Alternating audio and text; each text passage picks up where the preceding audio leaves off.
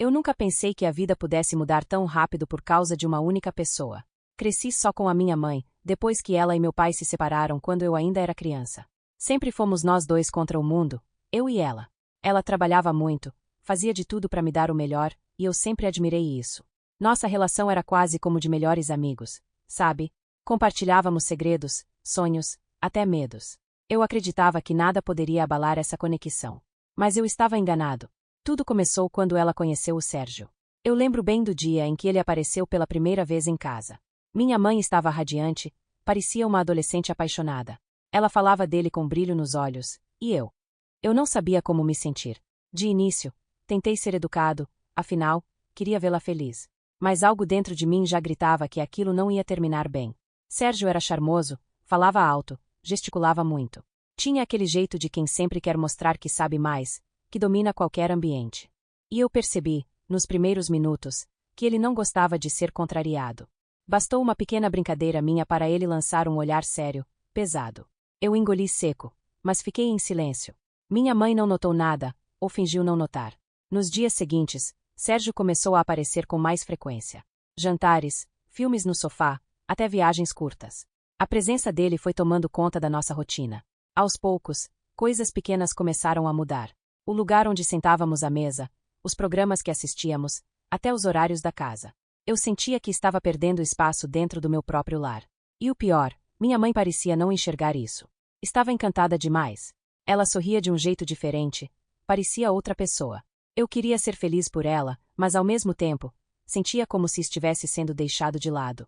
A cada vez que tentava falar sobre o assunto, ela dizia: "Você precisa dar uma chance para o Sérgio. Ele está tentando ser parte da família." Mas será que ele estava mesmo? Ou será que ele estava só tomando o lugar que sempre foi meu? Com o tempo, a presença do Sérgio deixou de ser apenas incômoda e começou a se tornar sufocante. Ele não era apenas o namorado da minha mãe, ele queria ser o chefe da casa. Lembro de uma noite específica em que tudo mudou para mim. Eu estava no meu quarto, ouvindo música no volume baixo, quando ele entrou sem bater e disse, num tom que soou mais como ordem do que sugestão: "A partir de agora, sem música depois das 10. Essa casa precisa de regras." Eu fiquei em choque. Regras? Desde quando ele decidia isso? Corri até a sala e fui falar com a minha mãe. Eu esperava que ela me defendesse, que dissesse que ele não tinha o direito de ditar nada dentro da nossa casa.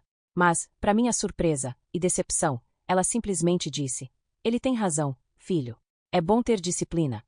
Naquele momento, eu senti como se o chão tivesse sumido debaixo dos meus pés. Minha mãe, a mesma mãe que sempre dizia que eu poderia ser livre dentro da nossa casa, agora estava concordando com alguém que mal conhecíamos. Os dias seguintes foram ainda piores. Sérgio começou a mexer em coisas minhas sem pedir. Um dia, encontrei minha mochila aberta no sofá. Perguntei o que tinha acontecido, e ele, sem nenhuma vergonha, respondeu: "Só dei uma olhada. Você é jovem demais, não sabe fazer boas escolhas sozinho. Alguém precisa cuidar disso." Eu fiquei furioso, mas minha mãe novamente pediu calma. "Ele só quer o melhor para você," ela dizia. Mas será que querer o melhor justificava invadir a minha privacidade? Comecei a perceber que Sérgio tinha um jeito manipulador de falar. Ele sempre se colocava como o homem da razão, o responsável, e fazia minha mãe acreditar que eu era apenas um adolescente rebelde, que precisava de limites. Quanto mais eu tentava argumentar, mais ele me pintava como um ingrato, mimado. E minha mãe? Parecia cada vez mais convencida de que ele estava certo. A relação que antes era cheia de cumplicidade, agora estava se transformando em discussões quase diárias. Mas o pior ainda estava por vir. Numa noite de domingo, durante o jantar, Sérgio disse algo que me gelou por dentro. "Esse apartamento é pequeno demais. A gente deveria pensar em mudar para uma casa maior. Só nós dois." Eu engasguei na hora. "Só nós dois? E eu? O filho dela?" Minha mãe riu sem graça, desviou o assunto, mas a sementinha já estava plantada. Naquele instante, eu entendi. Sérgio não queria apenas entrar na nossa vida. Ele queria me apagar dela. Foi aí que a raiva se misturou com medo. Porque, pela primeira vez, eu percebi que podia perder o lugar mais seguro que eu tinha: o coração da minha mãe. Depois daquele jantar, eu não conseguia mais olhar para o Sérgio da mesma forma. Cada gesto dele parecia calculado. Cada palavra tinha um veneno escondido. E o pior era ver minha mãe sendo enredada pouco a pouco, como se estivesse presa numa teia da qual não conseguia sair. Um dia, cheguei mais cedo da escola e ouvi uma conversa que nunca vou esquecer. Eles estavam na cozinha, e Sérgio dizia: "Ele precisa de uma escola melhor. Esse lugar que ele estuda não serve. A gente deveria considerar um internato. Minha mãe ficou em silêncio por alguns segundos, e eu ouvi ela suspirar antes de responder. Não sei. É muito radical, Sérgio. Mas talvez. Talvez você tenha razão. Internato. Ele queria me mandar embora. Me tirar de perto dela. Eu senti o sangue ferver. Entrei na cozinha de supetão e gritei. Você não é meu pai. Você não tem o direito de decidir nada sobre a minha vida. Sérgio me olhou com aquele sorriso frio, como se tivesse esperado exatamente essa reação. E minha mãe? Minha mãe pediu para eu respeitá-lo. Naquela noite, chorei no meu quarto como não fazia desde criança. Não pelo medo de ir para um internato, mas pelo medo de perder minha mãe. Eu sentia que ela estava escorrendo pelos meus dedos, se afastando mais a cada dia. As coisas só pioraram quando Sérgio começou a trazer suas próprias coisas para dentro de casa. Primeiro foi uma escova de dentes. Depois roupas. Uma caixa com documentos. De repente, metade do armário da minha mãe já era dele. E com isso, ele começou a se comportar como se fosse o dono do lugar. Trocou os móveis de posição, comprou novos eletrodomésticos sem nem perguntar se eu ou minha mãe gostávamos. Quando questionei, ele apenas disse: Estou investindo no nosso futuro. Você deveria ser grato. Mas o golpe mais duro veio algumas semanas depois. Minha mãe me chamou para conversar, com um tom sério, diferente. Eu já sabia que vinha coisa ruim. Ela disse: Filho, o Sérgio está pensando em se mudar de vez para cá. Eu acho que é uma boa ideia. Vai ser bom ter uma figura masculina em casa. Uma figura masculina. Como se eu precisasse disso. Como se tudo que éramos, só nós dois, já não fosse suficiente. Eu queria gritar, queria implorar, mas as palavras ficaram presas na garganta. O medo de perder minha mãe de vez era tão grande que me paralisava. E foi nesse silêncio que o Sérgio venceu mais uma vez. A cada dia, eu sentia que não era apenas a minha casa que estava desaparecendo. Era a minha família. Era a minha mãe. Era eu. A cada dia eu me sentia mais sufocado. Não era mais a minha casa. Era a casa do Sérgio. Eu vivia como um hóspede indesejado dentro do meu próprio quarto. Minha mãe parecia estar sempre ocupada demais com ele para me notar. Era como se eu tivesse desaparecido. Até que aconteceu algo que me fez explodir. Eu tinha guardado numa caixa algumas cartas e fotos antigas do meu pai. Não era nada demais, só lembranças que eu não queria perder. Um dia, cheguei em casa e encontrei a caixa aberta, espalhada pelo chão da sala. Sérgio estava sentado no sofá, segurando uma das cartas na mão. Quando me viu, disse com aquele tom sarcástico: Seu pai não foi homem suficiente para ficar. Você devia esquecer isso.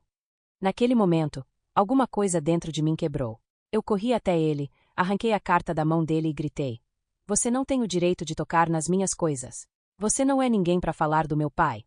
Minha mãe correu para a sala, assustada, mas antes que pudesse dizer algo, Sérgio levantou, se aproximou de mim e falou bem perto do meu rosto: Eu sou o homem dessa casa agora. Se você não aprender a respeitar isso, vai acabar se arrependendo. Eu tremia de raiva e de medo. Pela primeira vez, senti que aquela situação não era só incômoda, era perigosa. Depois disso, me tranquei no quarto e chorei de ódio. Não era justo. Não podia ser justo. Naquela noite, tomei uma decisão. Eu não ia mais ficar calado. Se minha mãe não conseguia enxergar quem Sérgio realmente era, eu ia mostrar. Eu ia encontrar um jeito de abrir os olhos dela, custasse o que custasse. Nos dias seguintes, comecei a observar tudo. Cada palavra, cada atitude dele. Sérgio tinha essa mania de querer controlar até os menores detalhes. Ele verificava contas, ligava para minha mãe o tempo todo, questionava onde ela estava e com quem. Eu percebi que não era só comigo. Ele queria controlar a vida dela também. Só que ela confundia esse controle com cuidado. Eu precisava encontrar uma prova. Algo que fizesse minha mãe enxergar.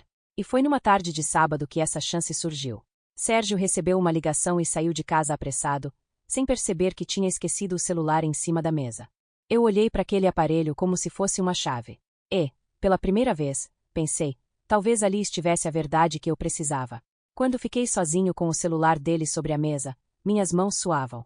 Eu sabia que não deveria mexer, mas também sabia que não podia perder a chance. Abri a tela e, para minha surpresa, não tinha senha. Era como se Sérgio tivesse tanta confiança de que ninguém ousaria tocar em suas coisas, que não se preocupava em proteger nada. Comecei a olhar as mensagens. De cara, percebi um padrão: conversas com várias mulheres diferentes. Todas com o mesmo tom, sedutor, manipulador. Ele dizia a cada uma o que queria ouvir. Prometia encontros, falava de dinheiro, até mandava fotos. Meu estômago embrulhou. Mas o pior veio quando encontrei uma conversa marcada com o nome Marcão. Eram mensagens sobre dinheiro, sobre resolver aquele problema rápido antes que a mulher desconfiasse. Ele reclamava que a viúva estava difícil de convencer e que precisava controlar a situação em casa antes de fechar o negócio. Viúva. Minha mãe. Ele estava falando dela. Naquele momento, tudo fez sentido. Sérgio não estava interessado na minha mãe porque a amava.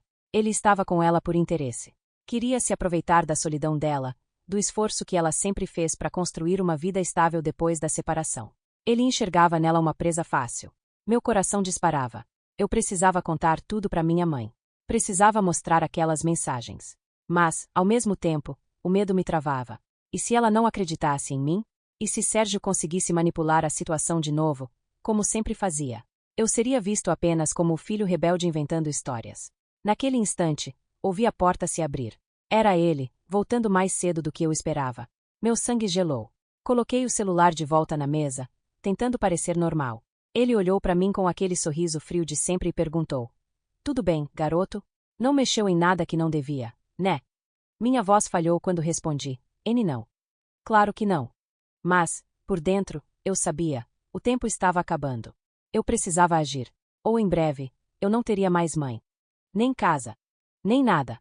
Depois de descobrir aquelas mensagens, eu não consegui mais dormir direito. Cada vez que olhava para minha mãe, sentia um peso no peito. Eu queria gritar, contar tudo, mas o medo de perder de vez a confiança dela me paralisava. Sérgio já tinha plantado tantas mentiras na cabeça dela que eu não sabia se ela acreditaria em mim. Mas o estupim veio numa noite de sexta-feira. Estávamos jantando, e Sérgio começou a falar sobre vender o apartamento e investir o dinheiro em algo melhor. Minha mãe parecia insegura, mas ele a envolvia com palavras doces, dizendo que faria tudo por nós, pela nossa família. Eu não aguentei. Bati a mão na mesa e disse: "Para de mentir. Eu vi suas mensagens, Sérgio. Eu sei que você está enganando a minha mãe. Você só pensa em dinheiro, em usar ela. Eu não vou deixar você destruir nossa vida." O silêncio foi imediato. Minha mãe arregalou os olhos, confusa. Sérgio, por sua vez, ficou pálido por um segundo, mas logo recuperou o sorriso cínico. "Esse garoto tá inventando histórias porque não suporta ver a mãe feliz", disse ele, tentando inverter tudo. Foi então que tirei do bolso o celular dele. Eu tinha conseguido tirar fotos das mensagens sem que ele percebesse. Coloquei na frente da minha mãe e falei: "Lê você mesma. E depois me diz quem é que tá mentindo aqui." Minha mãe pegou o celular com mãos trêmulas. A cada linha que lia, eu via seu rosto mudar, do choque à tristeza, da tristeza à raiva. Quando terminou, ela levantou os olhos cheios de lágrimas e disse, com a voz firme: "Sai da minha casa, Sérgio. Agora." Ele tentou argumentar, tentou se aproximar, mas minha mãe foi inflexível. Pela primeira vez, ela não estava sob o feitiço dele. Sérgio saiu batendo a porta, jogando ameaças ao vento, mas eu sabia que era o fim. Naquela noite, minha mãe me abraçou como há muito tempo não fazia. Pediu desculpas por não ter enxergado antes, por ter deixado que ele se infiltrasse tanto em nossas vidas. Eu chorei junto com ela, de alívio e de dor. Não foi fácil. As semanas seguintes ainda foram pesadas, com medo de Sérgio aparecer de novo, com as marcas emocionais que ficaram. Mas, aos poucos, nossa casa voltou a ser nossa. E, no fundo, eu aprendi uma lição que nunca vou esquecer. Às vezes, os maiores perigos não vêm de fora, mas das pessoas que deixamos entrar. E reconhecer isso a tempo pode ser a diferença entre perder tudo ou salvar quem a gente ama.